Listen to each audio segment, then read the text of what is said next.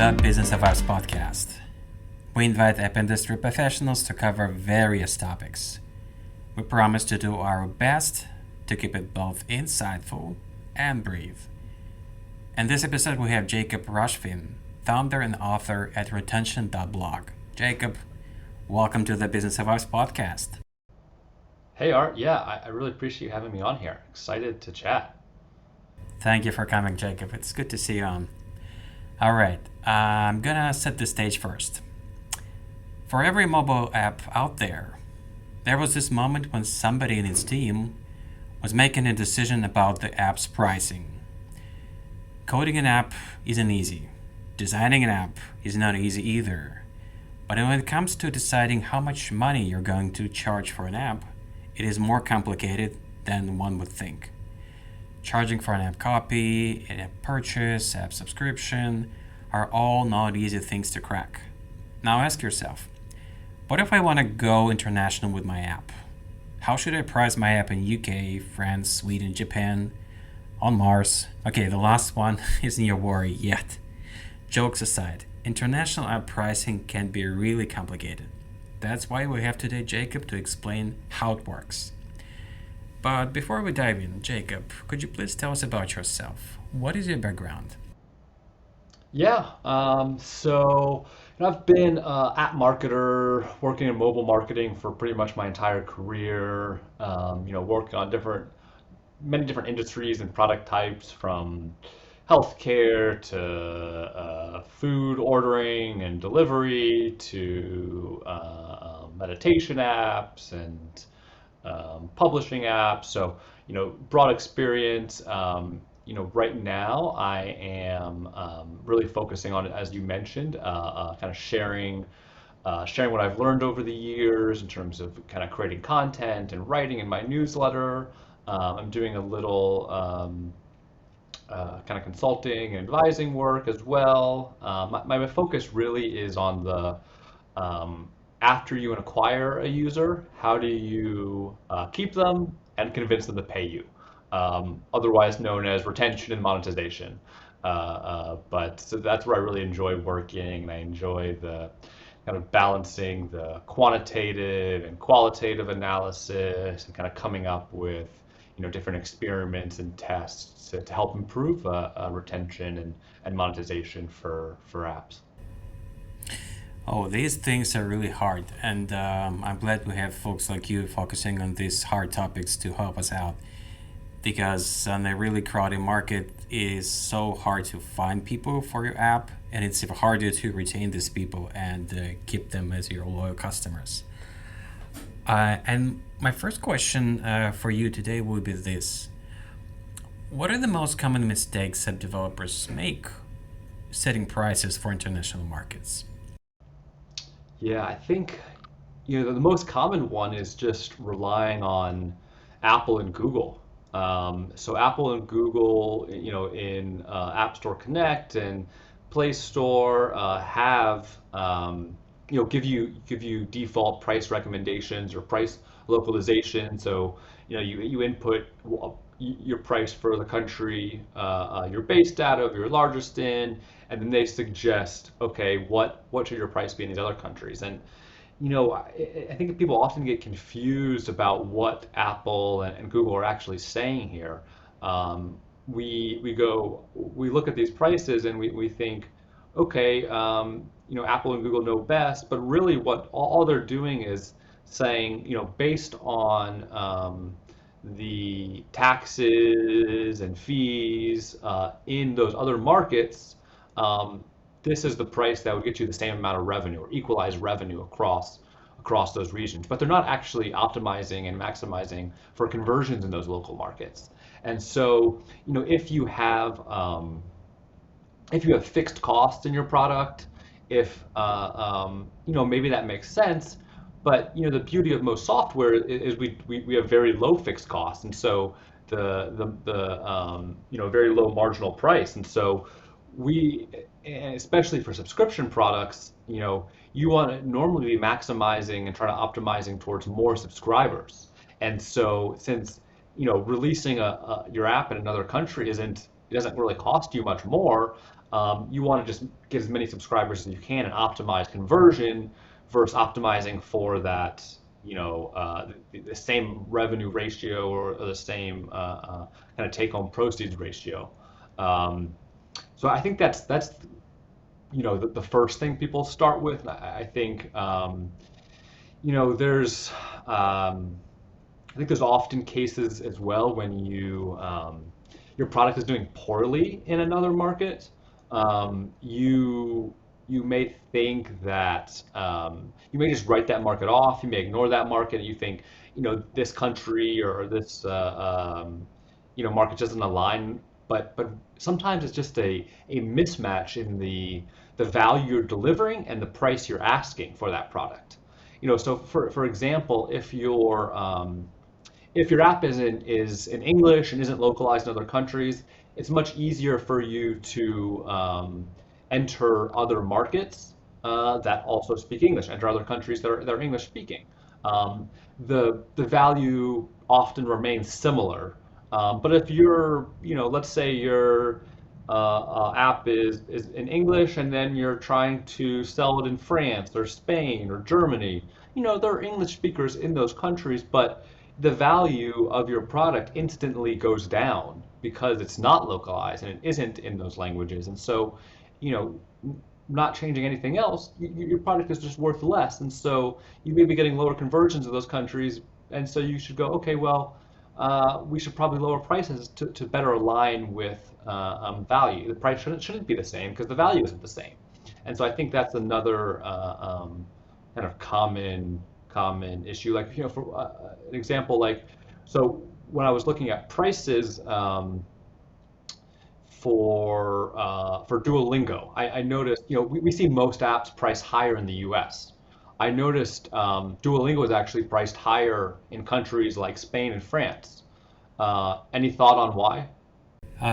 Probably because the demand is higher, because people are more willing to learn, because they're more the wish to learn English or other languages is higher than in the U.S. because people are trying to get international job to work in the market where English is native.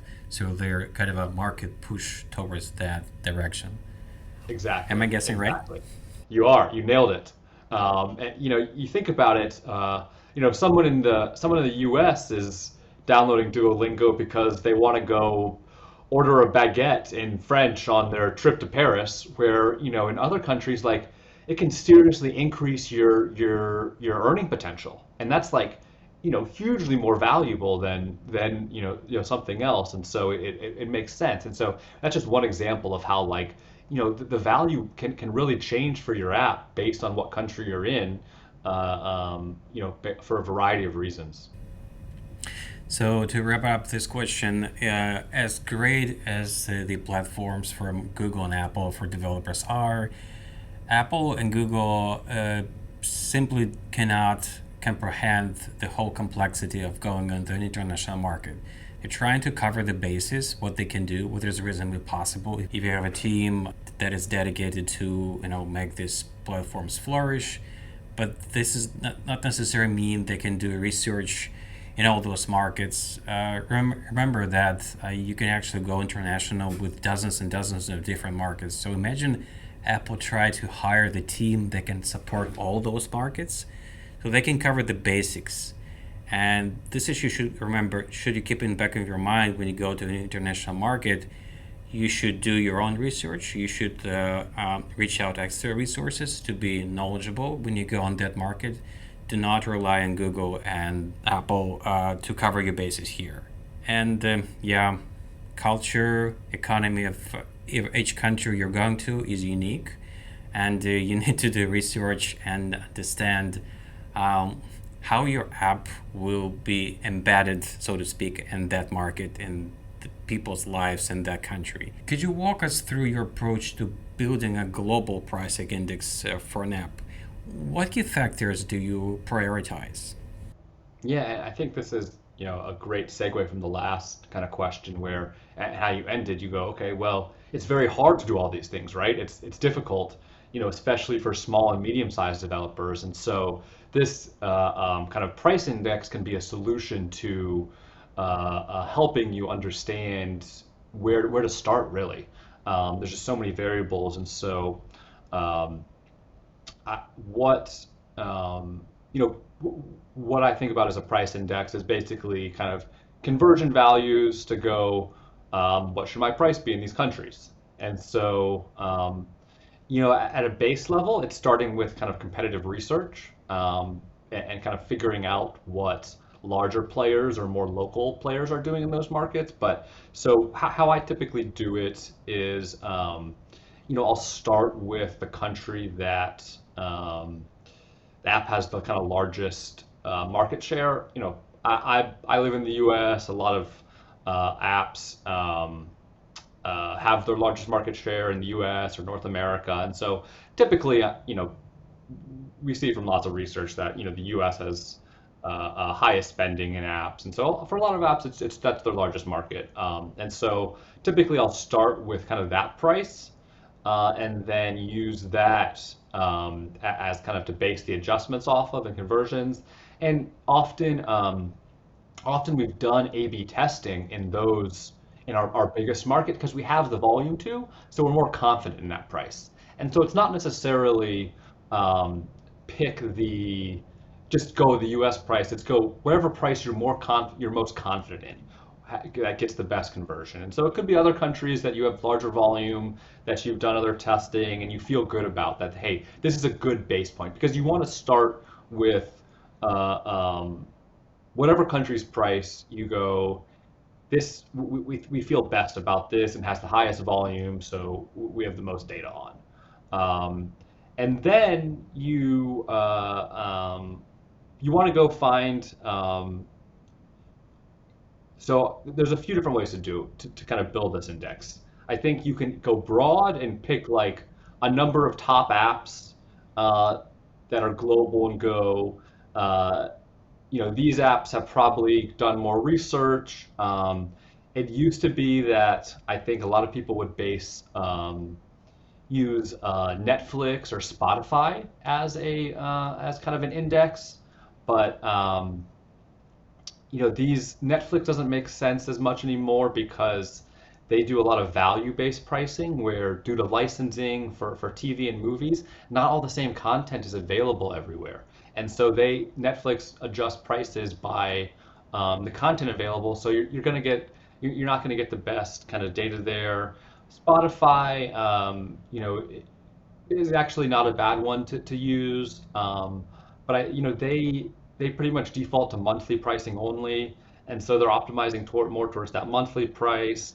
They also, price localized prices per market a little harder for them because their prices are like they're so big, everybody knows their price, and so someone could go like use a VPN and kind of do price arbitrage, for countries, and there's different fixed costs. It's like music licensing as well. Um, and so what I recommend is actually go find some big global players in your industry that are more direct competitors and find their prices in those localized in those markets, their localized prices, and then kind of compile all of those and build your index off of that. And this is actually uh, um, trickier to do because the only real way to know what price an app has that is using at the moment is actually to for iOS specifically, is to go and change your App Store country and actually go open the app in that country. There's tools that'll tell you, different price points that apps have been using in the past for different countries, like Sensor Tower, for example.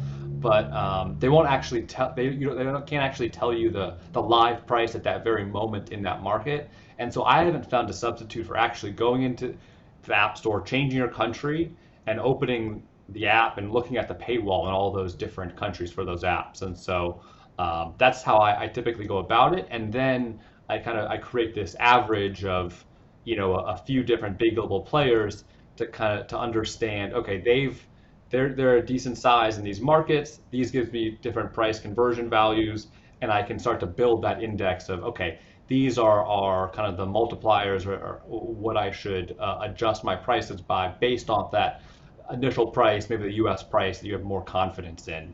Um, and so I think that you can start with the big global players to get a broad view. But if you notice that they're smaller in a country you're doing better in, you might also want to supplement some of that data and find prices for the local players in those countries, the local apps that are bigger there and maybe not global, because they'll have a better pulse on the market, right? They probably are based in that country and have a better idea about what price converts there. And so I think it's this aggregation of kind of multiple different price points, kind of all averaged together based on the kind of presence in each market to kind of form this index that you can use going forward. Okay. How can smaller apps with limited resources still develop effective pricing strategies for multiple countries? Well, first I would ask the hard question. If you're smaller, like, is this is are any of these other countries big enough to really be impactful for you? Does it really matter yet? When you're smaller, it's all about focus and prioritization. So just, ask the hard question, like, are you big enough in those markets? Like, everything I'm talking about is exciting, right? It's like, oh, we can optimize the prices, but like, is it really the most important thing right now? So first, just like, make sure it is the priority, like, make sure there is opportunity for you. Otherwise, it can just be a waste of time, and it can make more sense later on once you have a larger presence in those markets. But sometimes, if you go, okay, yeah, we are kind of global, we're a decent size volume in other markets, but not enough to do A/B testing yet. We think we can get some wins. I would first start with countries where conversions are low, or where your conversion rate is low. Maybe your trial start rate, or your is lower than your larger markets, where maybe you see a ton of free users coming in, but they aren't converting, or they aren't using, or they aren't staying. That can be a signal that your price is off there and the value doesn't quite align with your price. And so that can be a good signal for where to start. Also, like, changing prices is scary. It can really impact your business. And so if you start with a country that already has a low conversion rate, there's much less risk, right? There's much less to lose. And so then you can, try adjusting prices just for, one or two or three countries. Um, Look for if there are any changes in conversion, if take home revenue, and then that you can use that, kind of that effect to extrapolate what changes would mean for larger markets. You go, okay, well, we changed it by this amount and we saw this percent change. It won't always be one to one, but then you can go estimate, okay, if we change it for this market, we might see a similar change up or down in conversion, or revenue. So that can be one way to start. Um, I think that sometimes, though, like, the I've started to see more that for other countries with different purchasing power, that it's not always the price, but the package, in terms of what subscription length you're offering, are you, or one-time purchases, where with countries with a little lower purchasing power, purchasing one big annual plan up front can still be a lot of money for them, and it may feel a little scary. And so if you can, I've seen that one-off, or like these short-term subscription plans can actually be effective, especially for apps that have shorter-term usage needs. Like, if you have some lifestyle product, or like a dating app where you might not want to use it forever, or a photo editor, or you just need to edit one photo. Sometimes it's actually changing the packaging to match those local markets, and that can be more effective than changing the prices. Um, Generally, if you're smaller, you probably don't have the volume you need to run A/B tests. So don't waste your time. Like, go do your pricing research, see what other bigger players are doing, and try changing something. See what happens. Um, if you don't see a meaningful step change, kind of in your results, if the curve doesn't go up a whole step in kind of revenue, then revert it back because it probably didn't have any impact. If it's not an obvious big impact, it's probably nothing, especially at smaller volumes. At smaller scale, like you want big changes. You want to aim for big optimizations to increase the overall ceiling of your monetization. It's not the time for small optimizations yet. You of course want to be making things better, improving things, but you don't need to A/B test everything. Just go, is this a better experience for the user? Great, ship it. Don't waste your time with A/B testing your button color. Like, just go, is this better? When you get to a larger volume and have more traffic coming in and more purchases, you can go, all right, we can A/B test these things confidently and get results. Um, and again, if one country is driving most of your revenue, you know, you might just want to adjust these once based on a big global player and set it and forget it, and then come back to it later once other countries are a higher volume. But so that would be kind of my recommendations for smaller apps with less resources. Jacob, you've just mentioned an interesting thing, which is for every app subscription, there's always this choice. Either you're charging somebody on a monthly basis, or you're saying to your audience, you're gonna pay less if you're gonna commit for 6 months, for 12 months. And even in North America, in the US and Canada, when I'm paying a number of subscriptions already, I don't think I'm that enthusiastic about paying upfront for a subscription. Even though I do value the service, it may not be on my wish list. And can be a tricky question for other countries where, their spending on digital media is different than in your country, in this case in US. So you have to do your research. How people are willing, like, are they willing to spend for annual subscription for any service? Like, is it actually working in that specific country? What do you think? There's no one size fits all answer. It really depends on your product and your industry, what people are used to in that market, as you say. For large Western markets, I usually recommend having a monthly plan and an annual plan, and discounting that annual plan 50% relative to that monthly plan. If you can, and if people are receptive, you want to get people on the annual plan. Um, Annual plans usually have a much higher LTV when you look over a couple year period. I think there's strong data to back this up. Most large apps aim for this approach, and at least in the U.S. and kind of Western Europe and North America.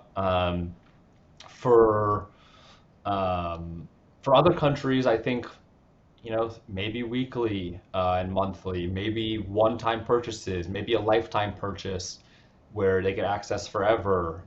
Maybe in-app purchases, they get access to certain elements or certain features for one-time payments. Um, I think, like you say, go look at what people are doing in that region, local players, because they'll know better, and it'll be second nature to them versus you trying to adapt what you're doing in other markets. So I don't think it's just, hey, go monthly. I think also, like, sometimes if usually people like annual plans because they get more revenue up front, and it allows you to reinvest that revenue into acquisition, to other things. Um, you know, there's a lot of times you can actually make more money from monthly plans if people stay subscribed. And so, if you have super high retention, and this is, you know, you're lucky if you have this problem of very high retention, right, where your subscribers stay for a while and monthly makes sense. But like for example, look at Netflix and Spotify, right? They have extremely strong retention, and they see that they make more money with monthly plans because it's a lower barrier to entry, people are more comfortable, but people retain for a very long time. I see, Jacob. Okay. That was the first major part of the show. And since you're a newcomer, it's your first time on the Business of Apps podcast, here comes the second part where I ask a few quick questions to every guest on the show so we can know them better. All right, here they come. So, what smartphone do you have now? Have you been switching between iOS, Android, or one side all the time? I've been using an iPhone for a long time. I have a I have an Android that sits on my desk, and I charge it when I need to look at an Android app or need to do some testing on Android for other apps. But my primary phone is iOS for sure. Gotcha. Okay, before the era of multi-capacity smartphones, what was your first mobile phone, if you can remember? Yeah, my first phone. I think I think my first phone was um, one of those Nokia sliding phones where it slid up. Um, this was like it wasn't like those sliding phones got popular from the Matrix. You remember where they all had those sliding phones. It wasn't that phone. I think they had the Motorola's, but I had some Nokia slider, and I was like, Dad, I want that one. And So I think that was my first one. I think those were cool then. Yeah, definitely. That was a time when priorities were different. It should be smaller. Yeah. You should be able to click. Yeah, just slide it up, as they now did in the Matrix, of course. Back to present. So imagine you left your smartphone at home. You're out. What is the most missing feature for you at that moment? Hmm.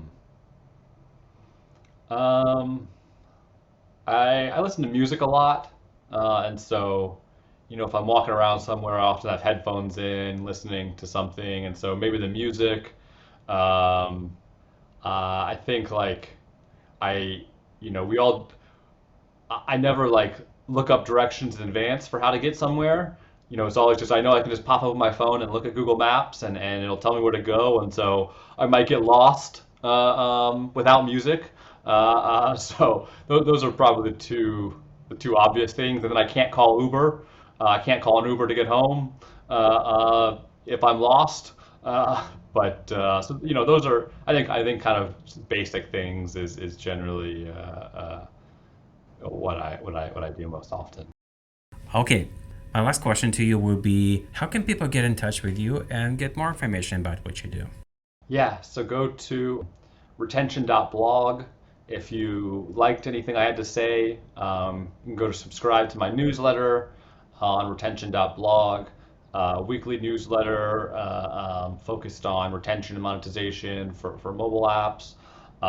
You can also connect with me on LinkedIn. And if you want to get in touch, feel free to shoot me a message there. That's probably easiest place. Great. Thank you, Jacob. We're going to put the links on all those resources into the description of this episode so folks will be able to check them out.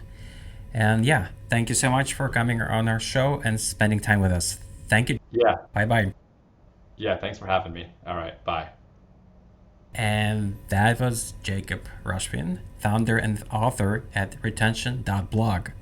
To listen to more episodes, subscribe to our podcast on iTunes, Spotify, Stitcher, YouTube podcasts. Just search for Business of Apps and you will find us easily. Remember, we release episodes on Mondays, so subscribe and you will be able to get new episodes on your smartphone, tablet, or computer as soon as we release them. And please don't forget to leave us a review or comment on iTunes. It is highly appreciated. And all episodes will also be available on businessofapps.com. Thank you for listening. See you next week.